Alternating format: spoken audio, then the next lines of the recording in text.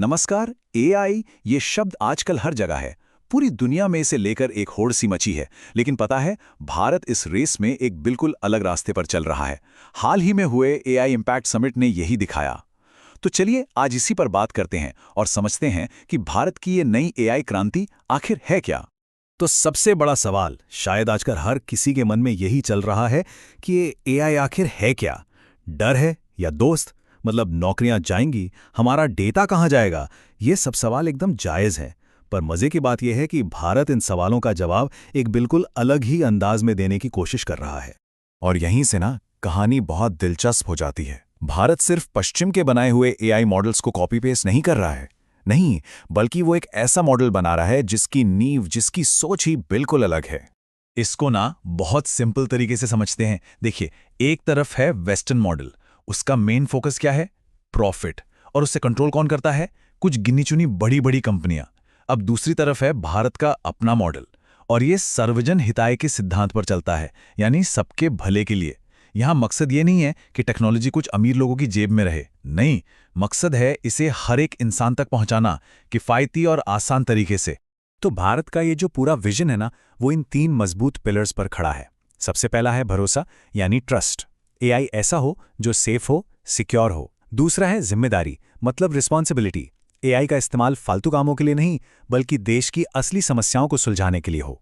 और तीसरा, और शायद सबसे जरूरी, इंक्लूजन, मतलब एआई फॉर ऑल, जो हर भाषा बोलने वाले तक, हर गांव तक पहुंचे।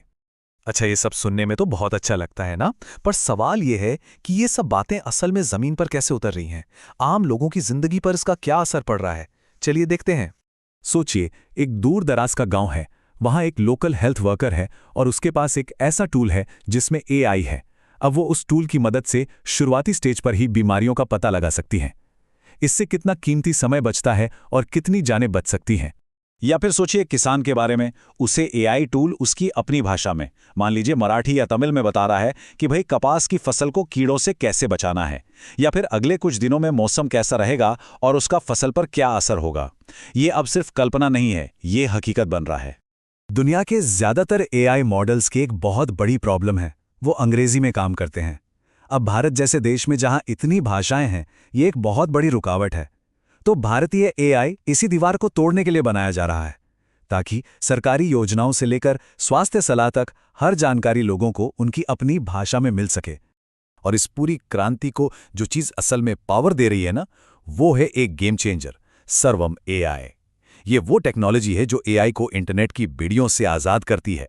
जरा सोचिए, एक पावरफुल एआई जो किसी बड़े क्लाउड सर्वर के बिना सीधे आपके फोन पर चल सकता है।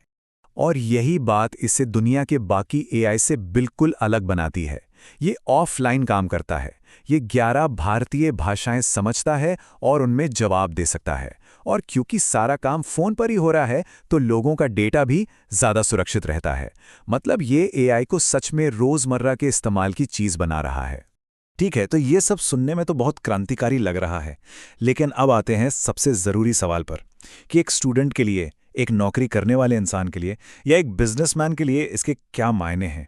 तो देखिए, स्टूडेंट्स के लिए इसका मतलब है कि वो बचपन से ही, क्लास 3 से ही फ्यूचर की टेक्नोलॉजी के लिए तैयार हो रहे हैं।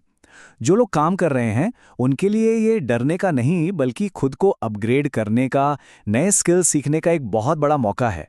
और हाँ, जो अपना कुछ करना चाहते हैं, जो एंटरप्रेन्योर हैं, उनके लिए तो ये एक सुनहरा दौर है, जहां सरकार और समाज दोनों साथ खड़े हैं, नए आइडियाज़ को सपोर्ट कर रहे हैं। इस एनर्जी का अंदाजा आप सिर्फ इस एक नंबर से लगाइए। एआई इम्पैक्ट समिट में 600 से ज्यादा एआई स्टार्टअप्स और एंटरप्रेन्योर्स मौजूद थे। यह आंकड़ा भारत के स्टार्टअप इकोसिस्टम की जबरदस्त ताकत को दिखाता है। ये शब्द समिट में मौजूद एक स्टार्टअप फाउंडर के हैं।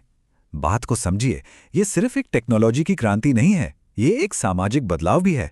एक ऐसा बदलाव जहां अब पेरेंट्स भी मानते हैं कि स्टार्टअप करना एक अच्छा करियर ऑप्शन है। ये सोच पहले कभी नहीं थी। तो अब जरा बड़ी पिक्चर देखते हैं। एक देश के तौर पर भारत का लक्ष्य क्या है?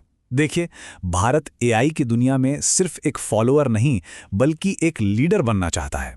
और इसके लिए भारत की जो स्ट्रैटेजी है, वो सिर्फ सॉफ्टवेयर बनाने तक ही सीमित नहीं है। लक्ष्य है एआई के पूरे स्टैक पर आत्मनिर्भर होना। इसका मतलब है डेटा सेंटर से लेकर कंप्यूटर चिप्स जैसे हार्डवेयर तक सब कुछ यहीं बनाना। ये जो सफ़र है ना, ये रातों रात तय नहीं हुआ है।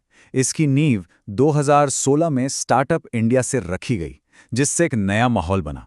फिर यूपीआई ने आकर डिजिटल पेमेंट में पूरी दुनिया में क्रांति ला दी। और अब एआई इस सफ़र का अगला बड़ा और शायद सबसे मजबूत कदम है। तो इस पूरी कहानी का सार क्या है?